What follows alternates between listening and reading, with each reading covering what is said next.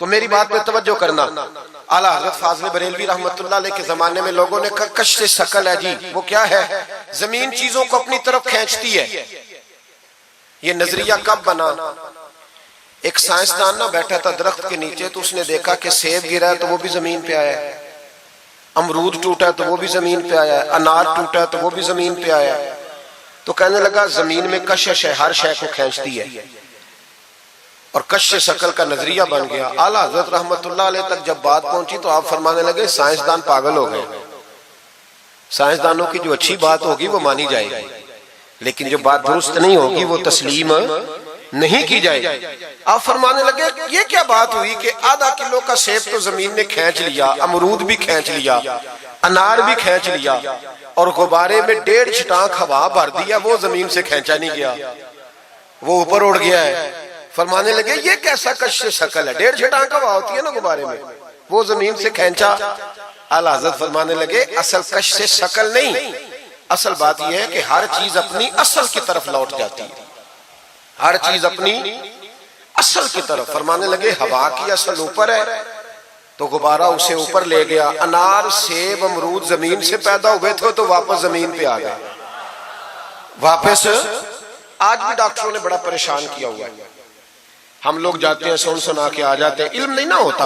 अल्लाह करे हम आला हज़रत को पढ़ने वाले भाई भाई हमें समझ आए हमारे बुजुर्ग हमारा तहफ़्फ़ुज़ कहाँ का। डॉक्टर के पास जाएं, डॉक्टर साहब बच्चा बीमार है, तो डॉक्टर साहब कहते हैं किसी को खांसी तो नहीं घर में, किसी को नजला तो नहीं, पहले तो नहीं किसी को बुखार, तो पूरा इंटरव्यू दे लेते हैं भाई उसकी क्या वजह जी, अगर हो तो फिर कहने लगे अगर किसी को बुखार हो तो फिर बच्चे को भी हो जाता है, किसी को खांसी हो तो बच्चे को भी।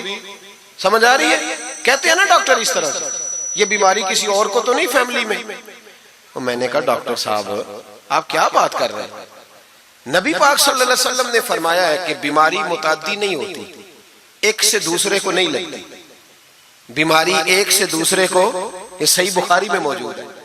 नबी पाक सल्लल्लाहु अलैहि वसल्लम से एक शख्स ने कहा हुजूर मेरे ऊंट को खारिश पड़ गई, और वो जो ऊंट खड़ा है उसकी वजह से पड़ गई है। तो क्या मेरे महबूब का समझाने का अंदाज है? मेरे करीम रसूल फरमाने लगे तेरे ऊंट को तो उस ऊंट से खारिश पड़ी है, बता उस ऊंट को कहां से पड़ी थी? तेरे ऊंट को तो वहां से पड़ी, कैसा अंदाज है, उसको कहां से पड़ी? बंदा चुप कर गया, कहने लगा या रसूलल्लाह उसे तो कुदरती पड़ गई है। तो हुजूर फरमाने लगे फिर इसे भी कुदरती पड़ी है।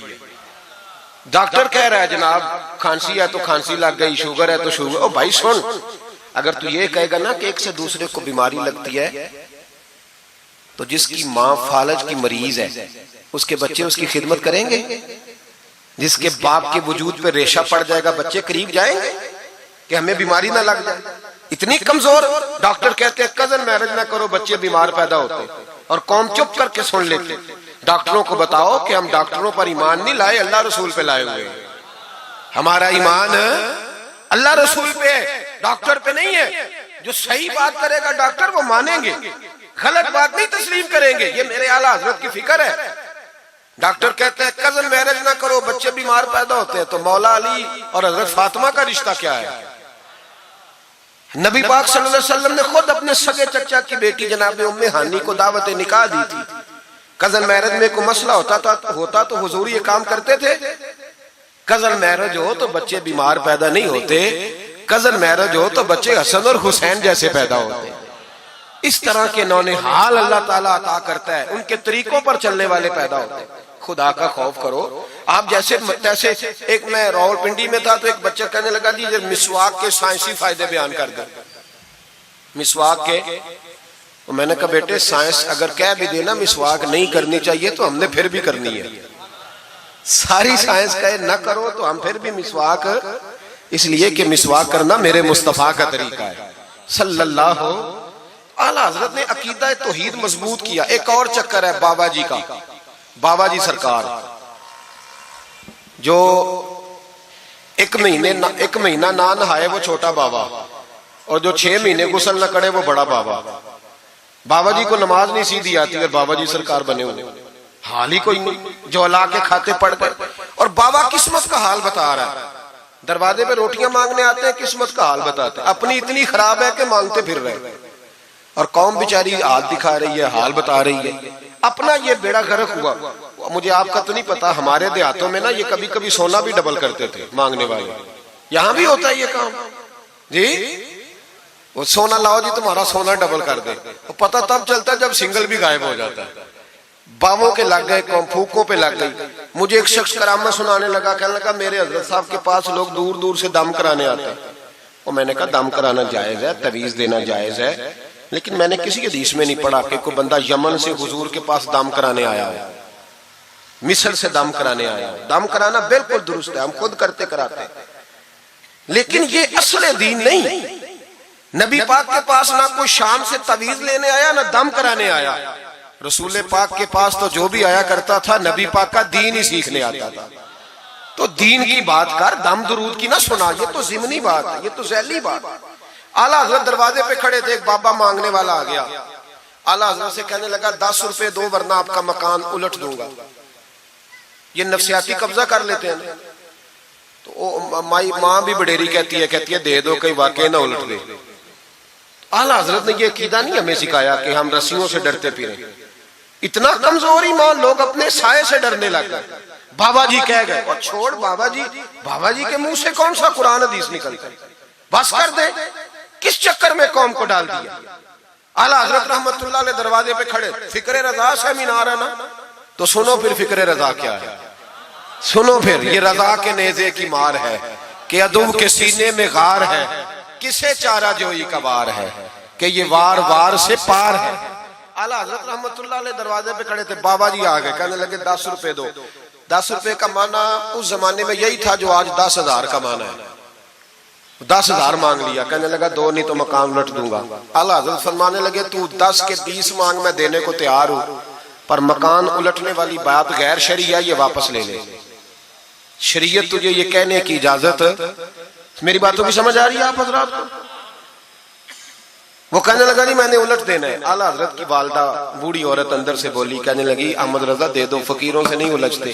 तो आला हजरत फरमाने लगे अम्मा जो सच्चा फकीर हो मैं तो उसके कदमों में बैठने को तैयार, पैर चूमने को तैयार, हम तो निस्बतों पे मर मिटने वाले लोग। लेकिन बात वो करे जो रसूलुल्लाह की शरीयत इजाजत देती है, जिसकी इजाजत नहीं देती हम वो बात करने की इसे इजाजत नहीं देंगे। उसने कहा जी मैंने उलट देना है। इतनी बात हुई तो आला हजरत के जो शहजादे थे ना, छोटे मुफ्ती आजम हिंद मौलाना मुस्तफा रजा खान साहब, वो मकान की दूसरी छत पर, डबल स्टोरी मकान था, तो ऊपर वाली छत पे खेल रहे थे।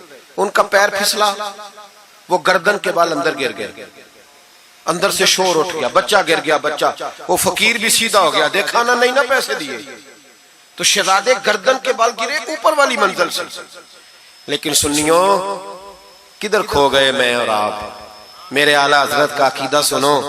फाज़िल बरेलवी अंदर नहीं गए, हालांकि हुजूर अलैहिस्सलाम का फरमान मौजूद है कि औलाद आदमी को बुज़दिल कर देती है, औलाद के हाथों बंदा कमजोर हो जाता है। अंदर नहीं गए, वहीं खड़े रह के कहने लगे अम्मा मेरा एक बेटा है, मेरा 1000 भी हो तो मैं सारा नबी पाक की शरीयत पे कुर्बान कर दूंगा, लेकिन किसी भावे की मैं गलत बात मानने को तैयार है। आला हजरत की जुबान से ये लफ्ज निकले तो साहबजादे उठ के दौड़े आए, कहने लगे अब्बा जी जरा इधर तो देखें, मैं दूसरी मंजिल से गिरा हूं पर मुझे खराश भी कोई नहीं आई, मुझे खराश भी कोई नहीं आई, देखे मेरे कपड़ों को मिट्टी भी नहीं लगी। आपके 2-3 मुरीद खड़े थे, कहने लगे हुजूर ये आपकी करामत है। आप फरमाने लगे मेरी करामत नहीं, ये मेरा अकीदा है, तौहीद है, ये मेरे रब पर ईमान है, खराश नहीं आई। अब उस फकीर को फरमाने लगे आला हजरत के तू कहता था मकान उलट दूंगा, चल उलट ना, फिर 10 रुपए नहीं लेने, उलट। चुप कर गया। तो आला हजरत, लोग कहते हैं मौलवी साहब के पास क्या है, जिसके सीने में रसूलुल्लाह का दीन है उसके पास कुछ नहीं, तो फिर किसी के पास भी कुछ नहीं। हाँ जिम्मेदारी से कह रहा हूं, किसी के पास कुछ नहीं। अगर जिसके सीने में कुरान और सुन्नत का नूर है, अगर उसके पास ही कुछ नहीं। सुनो, आला हजरत ने अपना जूता उलट दिया, फरमाने लगे अगर ताकत है तो मेरा जूता सीधा करके दिखा। तो मकान उलटने की बात करता है ना, पंजाबी का एक शेर है, आपकी समझ में आ गया तो ठीक है, ना आया फिर भी ठीक है। वो एक पंजाबी के दरवेश कहा करते थे, एक सिठ ते पखड़ा कुआर गंदल, असी और भी बूटियां जानने। पता है हमें सारे गुरुओं का है, चलो करामत ना दिखाएं तो बात अलग है, पर खबर हमें है। फरमाया चलो सीधा करो, उसने पूरा जोर लगाया पर जूता सीधा पसीने आ गए तो कहने लगा जी मैं माफी मांगता हूं, आज के बाद ऐसी बात नहीं करूंगा। आला हजरत वली थे तो वली सखी होता है, जेब से हाथ निकालने फरमाया तू 10 मांगता था, अल्लाह 20 लेके जा, लेकिन गैर शरी बात खुदा ना बस करो। जो हमें हमारे बुजुर्गों ने नजरियात दिए उन पर कायम रहो।